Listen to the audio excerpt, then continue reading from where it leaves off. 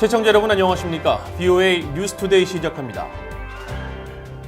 북한이 유엔 안보리 대북 결의를 위반하면서 지속적으로 제재 회피 활동을 벌이는 상황에서 북한의 불법 선박 환적을 단속하기 위한 움직임이 확산되고 있습니다. 호주에 이어 캐나다도 호위함과 초계기 등 정찰 자산을 파견해 미국 등 7개 국가가 참여하는 다국적 공조가 강화되고 있습니다. 첫 소식 지다겸 기자가 보도합니다. 캐나다 국방부가 네온 작전으로 명명된 유엔 안보리 대북 결의 이행 감시 군사 활동에 위니펙 호위함과 해상 작전 헬기를 배치했다고 밝혔습니다. 캐나다 국방부는 특히 파트너들과 협력해 유엔 안보리 결의로 금지된 정제유 등 선박 간 환적을 비롯해 의심스러운 해상 제재 회피 활동을 감시할 것이라고 강조했습니다. 이어 위니펙 호위함은 네온 작전의 임무를 이달 말까지 수행하고 이후 다음 달 11월에는 동중국해로 돌아와 또다시 네온 작전에 참가할 것이라고 전했습니다.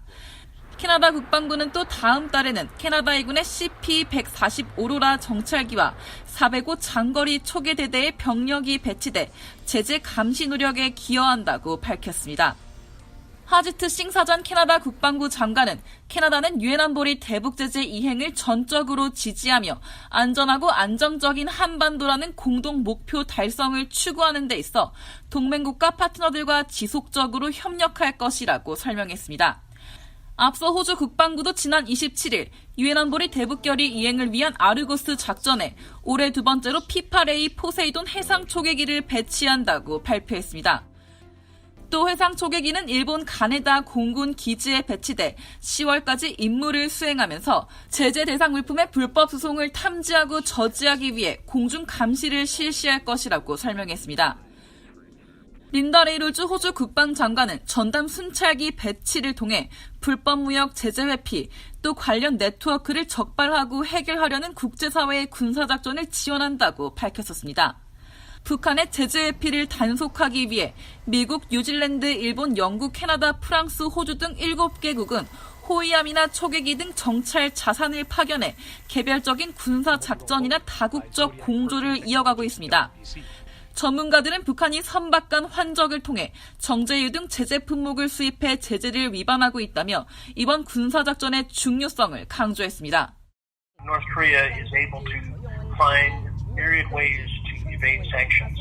And so I think that this action is really important, again, to ensure maximum pressure and prevent the regime from gaining the resources that it needs to continue to produce nuclear weapons and missiles. 데이비드 맥스웰 선임 연구원은 그러면서 다국적 군함대를 대규모로 배치하지 않는다면 북한의 해상 제재 회피 활동을 결코 막을 수 없을 것이라고 지적했습니다. 또 다국적 공조를 기반으로 한 군사 작전은 북한의 해상 제재 회피 활동을 저지할 뿐 아니라 제재 회피 작전의 패턴을 바꾸게 하는 효과가 있다고 평가했습니다. BOA 뉴스 지다겸입니다. 북한 노동당이 오는 10일 창건 75주년을 맞습니다. 미국 내 전문가들은 북한 노동당이 주민보다 권력 유지라는 목표를 나름대로 달성하면서 유례없는 형태로 이어져 왔다며 북한만의 역사적 배경과 주민들에 대한 절대적인 통제가 이를 가능하게 했지만 경제난 등의 이유로 앞으로는 변화가 불가피하다고 지적했습니다. 함지하 기자가 취재했습니다. 북한의 노동당, 즉 조선노동당은 일당제 국가인 북한의 유일한 집권 여당입니다. 다당제를 취하며 민주적 절차로 국가를 운영하는 다른 나라들과 달리 일당 독재 체제로 국가 운영 전반을 책임지는 형태입니다.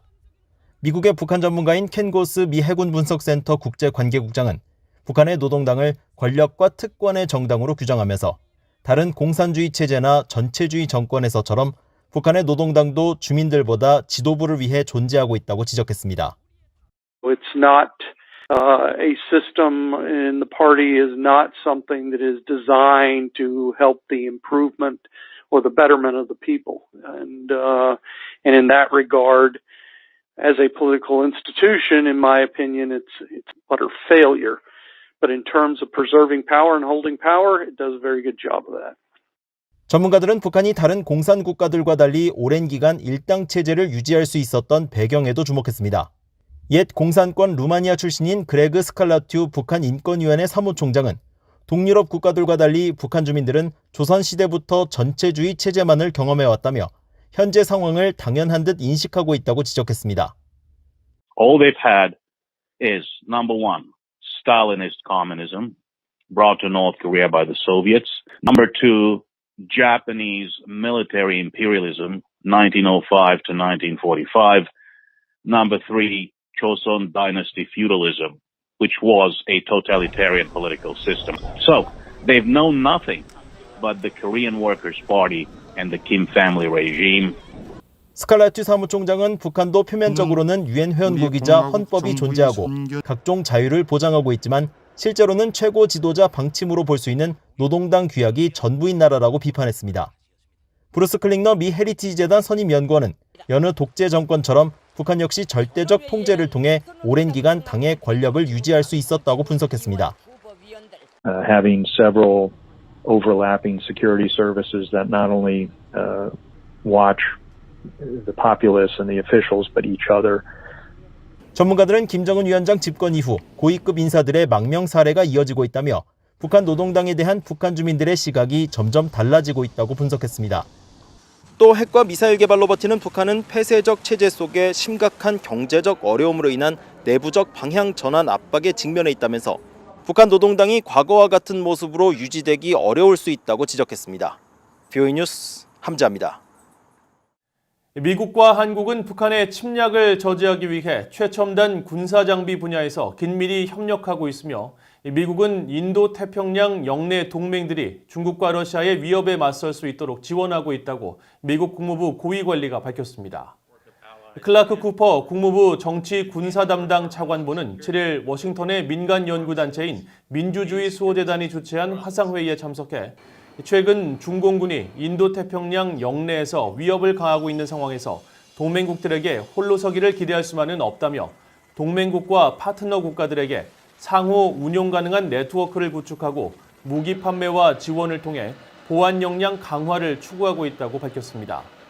그러면서 한국과 일본을 대표적 사례로 언급하고 특히 북한의 침략 저지가 절실한 한국 정부와는 최근 F-35 전투기를 비롯해 PA 초계기, 패트리어트 첨단 미사일 시스템과 글로벌 허크 무인 정찰기 등 첨단 무기 장비 구매 등의 교류를 하고 있다고 설명했습니다.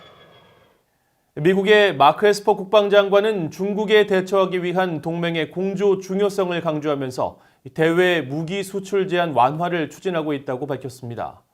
에스퍼 국방장관은 6일 워싱턴의 민간 연구기관인 전략예산평가센터가 주최한 회담에서 인도태평양 지역은 미국의 최우선 전역이라는 점을 거듭 강조하고 중국이 갖지 못한 미국의 비대칭적인 강점이 바로 동맹과의 관계라면서 이 같은 계획을 밝혔습니다. 또 미국의 무인기가 미사일 기술 통제 체계 규정에 막혀 있는 동안 중국과 러시아산 무기가 세계 시장을 독식했다고 지적하고 대외 군사 판매 수출 계약 없이는 러시아와 중국 무기에 세계 시장을 뺏길 위험이 있다면서 미국의 기술 개선과 무기 수출 승인 절차의 촉진 등 모든 면에서의 개선이 필요하다고 말했습니다. 에스퍼 장관은 이어 최근 진행 중인 전 세계 미군 재배치 검토는 현재의 수요와 미래를 대비하기 위한 노력 사이에 균형을 맞추기 위한 목적이라면서 최우선 전역인 인도태평양의 수요에 맞춰 재파병을 하거나 병력 본토 철수를 통해 미래 준비 태세를 보존하는 방안을 놓고 고심하고 있다고 말했습니다. 미얀마가 북한으로 송환해야 할 북한 노동자가 남아있지 않다고 밝혔습니다. 미얀마 당국이 지난 9월 유엔 안보리에 보고하고 7일 공개한 보고서에서 미얀마 당국은 양곤에 있는 식당에서 일하던 북한 노동자 21명이 2018년 3월 모두 미얀마를 떠났고 해당 식당은 문을 닫았다고 설명했습니다. 또 이후 미얀마에서 노동 허가를 받고 일하고 있는 북한인은 한 명도 없다고 덧붙였습니다. 앞서 유엔 안보리는 지난 2017년 12월 채택한 결의 2397호를 통해 해외에서 일하고 있는 모든 북한 노동자들을 2019년 12월까지 본국으로 송환할 것을 명시했습니다. 도널드 트럼프 대통령의 측근 가운데 한 명으로 꼽히는 공화당의 톰 코튼 상원 의원은 트럼프 대통령이 이번 대선에서 재선에 성공하면 두 번째 임기 때 북한에 대한 외교 과정을 보게 될 것 같다고 말했습니다. 코튼 의원은 7일 워싱턴의 민간단체 허드슨 연구소가 미국의 대외 정책과 국제 문제를 주제로 개최한 화상대담에서 이같이 밝혔습니다. 코튼 의원은 그러나 미국은 북한에 대한 군사 억지력을 높이고 있고 최근 몇 년 동안 북한의 탄도미사일과 핵 위협을 무력화할 수 있는 매우 흥미로운 기술적 발전이 있었다면서 북한의 지렛대를 약화시키기 위해 한반도의 미사일 방어망을 확대해야 한다고 밝혔습니다. 이상으로 BOA 뉴스투데이를 마칩니다. 시청해주신 여러분 고맙습니다.